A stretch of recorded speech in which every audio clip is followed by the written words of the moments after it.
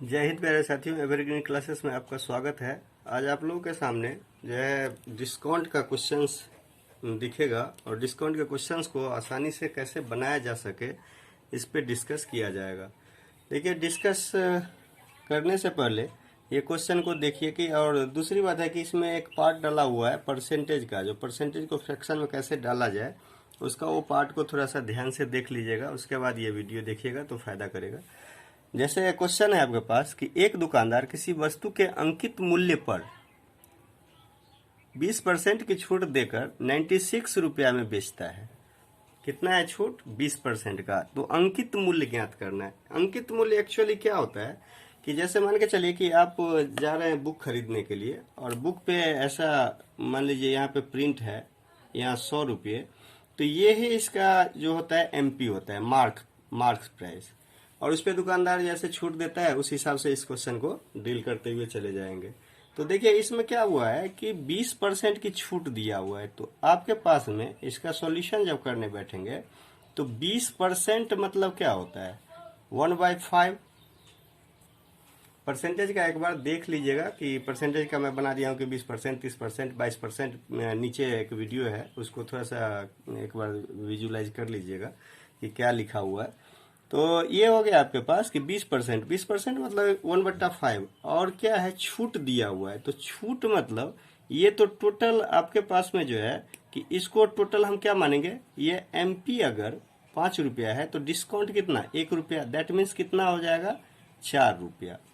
ठीक है, लेकिन ये बोला हुआ है कि 4 का नहीं है, अमाउंट जो है कितने का है? 96 का। तो 4 से कितना मल्टीपल है? ये 24 मल्टीपल। इसी हिसाब से एमपी भी 4 मल्टीपल में, 24 मल्टीपल में जाएगा। तो 24 मल्टीपल में जाएगा तो कितना हो गया? 120। तो इसका आंसर कितना हो जाएगा? 120। समझ पा रहे होंगे। एक बार और मैं बोल दे रहा हूँ कि देखिए हुआ क्या है कि 20% छूट मतलब 1/5, मतलब आपके पास में MP total value, actual value जो है 5 है, और इसको छूट कितना है? 20% है, तो छूट करके कितना? 4 रुपया में। लेकिन 4 रुपया का नहीं था, वो 96 रुपये का था ये।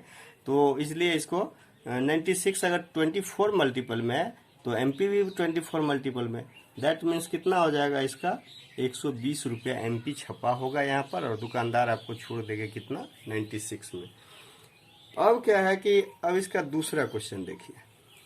सेकेंड क्वेश्चन, ये इम्पोर्टेंट क्वेश्चन है। इम्पोर्टेंट क्वेश्चन इसलिए बोल रहा हूँ कि ये क्वेश्चन जो है अभी एनटीपीसी और अन्य जितने भी एग्जाम हुए हैं सब में लगभग ये क्वेश्चन देखने को मिला है। इसको ध्यान से देखिए और आसानी से कैसे इसको बना सकते हैं। इस पे ये बोला हुआ है कि एक दुकानदार 20% बट्टा देने पर भी 10% का लाभ अर्जित करता है, तो क्रय मूल्य और अंकित मूल्य का अनुपात ज्ञात कीजिए। मतलब क्या हुआ है कि इसमें जो है आपको 20% बट्टा भी दिया हुआ है और 10% का लाभ अर्जन।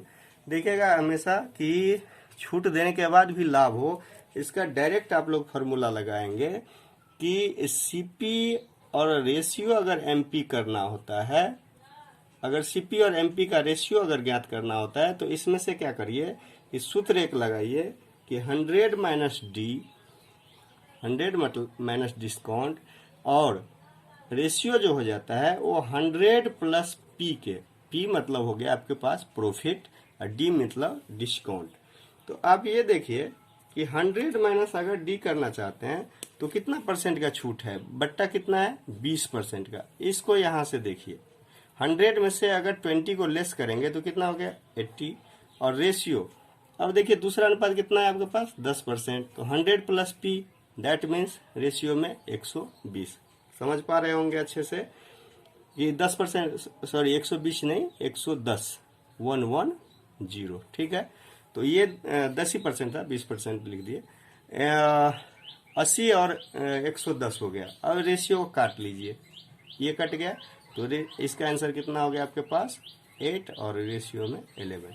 मतलब अगर डिस्काउंट देने के बाद भी बेनिफिट होता होगा क्वेश्चन में तो हम क्या समझे कि सूत्र लगाएंगे कि 100 माइनस डी और 100 प्लस पी जो होता है वो सीपी और एमपी का ही रेशियो होता है। ऐसे ही आसानी से आप थर्ड क्वेश्चन को भी सॉल्व करिए। थर्ड में भी क्या बोला हुआ है कि 30% बट्टा देने पर भी 20% का लाभ अर्जित करता है। तो 30% बट्टा देने पर मतलब क्या हो गया कि हम सूत्र को वही रटे हुए होंगे ये क्या करना है कि 100 माइनस डिस्काउंट और रेशियो जो होता है वो 100 प्लस P% मतलब डिस्काउंट परसेंट और प्रॉफिट प्लस P% के बराबर हो जाता है। तो 100 माइनस डी तो 100 30% बट्टा है, यहाँ पर बट्टा कितना दिया हुआ है 30%। तो इसको 100 में से ये घटाएंगे 30 तो कितना हो गया 70।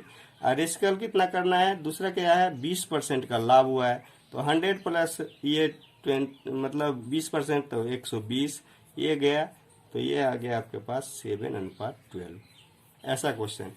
अब इसमें से क्वेश्चन तो आप समझ गए होंगे कि अगर बोले कि इतना परसेंट देने पर भी इतना लाभ होता है तो हम हमेशा क्या करने की कोशिश करेंगे कि उसको 100 माइनस D% अनुपात 100 प्लस P% पे सवाल को बनाते जाएंगे। लेकिन अभी आपको एक समस्या होगा, जो देखिए इस क्वेश्चन में क्या समस्या होगा। अब यहाँ पे क्वेश्चन जो है टाइप जब चेंज होगा तो आप लोगों को इसमें समस्या उत्पन्न होना चालू हो जाएगा। देखिए थोड़ा ध्यान से क्वेश्चन को, और इसको कैसे डील किया जाएगा उसको समझ लीजिए। बोला हुआ है कि एक दुकानदार 12.5% का बट्टा देने पर भी 37.5% का लाभ अर्जित करता है। तो क्रय मूल्य और अंकित मूल्य का अनुपात। अब यहाँ पे क्या हो गया है कि आप अगर करना चाहते हैं इसको जल्दी से कि 100 माइनस डी और रेशियो में 100 माइनस डी और रेशियो में 100 प्लस P% पर ये जो परसेंट है, यहाँ पे आपको दिक्कत हो जाएगा। दिक्कत क्या होगा कि इसमें से 100 में से अगर 12.5 घटाने के लिए चलेंगे तो बहुत ज़्यादा समस्या में हो जाएगा क्वेश्चन। ऐसे रेशियो में आएगा कि आपका आधा टाइम खींच लेगा, और वहाँ पे तो टाइम होता नहीं है। तो एक काम करिए कि इसका जो अनुपात होता है उसको आप अगर इसमें भी इस चैनल पे भी वीडियो में नीचे में दिया हुआ है अनुपात, इसको अगर आप ध्यान से देखेंगे कि इसकी वैल्यू एक्चुअल क्या होता है, तो इसका होता है 1/8। इसकी वैल्यू जो है 1/8 होता है, और इसकी जो वैल्यू है ये आपको कितना होता है 3/8 में। दैट मीन्स मैं ये बोलना चाह रहा हूँ कि ये वाला सूत्र को काम ऐसे नहीं करवाइए। इसमें क्या करिए कि आप इसकी परसेंटेज रट लीजिए, मतलब 12.5% इक्वल टू हो जाता है आपका। इसका एक्चुअल वैल्यू परसेंटेज निकाल के देखेंगे तो 1/8, और दूसरा 37.5% अगर ज्ञात करना चाहते हैं तो 3/8 होता है। एक हो गया आपके पास 1/8 और एक कितना हो गया आपके पास 3/8। ओके, अब क्या करने के लिए मैं बोल रहा हूँ कि इसके अनुपात से ही क्वेश्चन को सॉल्व किया जा सकता है। कैसे सॉल्व किया जा सकता है ये तो समझ गए होंगे कि ये अनुपात कितना है। और इसमें अगर आपको दिक्कत होता है कि ये 1/8 क्यों लिख दिए, तो नीचे एक चार्ट ही इस वीडियो में इस चैनल पे सबसे नीचे जाएंगे तो वहाँ पे एक चार्ट ही दिया हुआ है कि इसका वैल्यू कितना है, 37.5 का कितना है, 12.5 का कितना है, सारे का एक चार्ट है, वहाँ से देख लीजिएगा। तो यहाँ से ये देखिए कि आपके पास में 1/8 है। 1/8 कौन सा है, बट्टा का। तो मान के चलिए कि 1/8 है आपके पास और बट्टा दे रहे हैं, तो इसको हम 7/8 लिख सकते हैं। 7/8 लिखने में कोई दिक्कत नहीं है। और दूसरा है कि 3/8 जो है प्रॉफिट में है, तो प्रॉफिट में जो करेंगे तो इसको हम कितना लिख सकते हैं कि 8 और 3 11/8। ये हो गया 7/8 और ये हो गया 11/8। इसमें डायरेक्ट अगर आप चूंकि सीपी और एमपी का वो घटा के ही लिख दिए हुए हैं, तो 7/8 वाले को यहाँ पे रख लीजिए। कहाँ पर इसको फ्लॉप कराइए यहाँ से।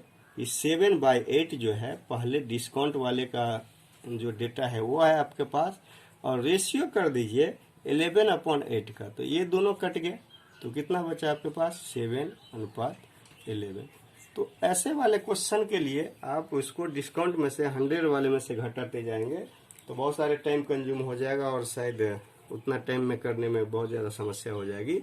तो इसके लिए आप क्या करिए कि एक बार परसेंटेज का इस चैनल पे नीचे दिया हुआ है कि एक्चुअल वैल्यू कितना कितना किसका है, वो एक बार उसको वो कर लीजिएगा। नहीं, अगर वहाँ पे अगर ये आपको दिमाग में आता हो कि अरे ये भी लंबा प्रोसेस हो गया कि याद कैसे करेंगे, तो इसको आसानी से तोड़ भी सकते हैं एग्जाम में। जैसे देखिए ये हो गया 12.5 है, तो परसेंटेज है, परसेंटेज का वैल्यू तो 1/100 होता ही है।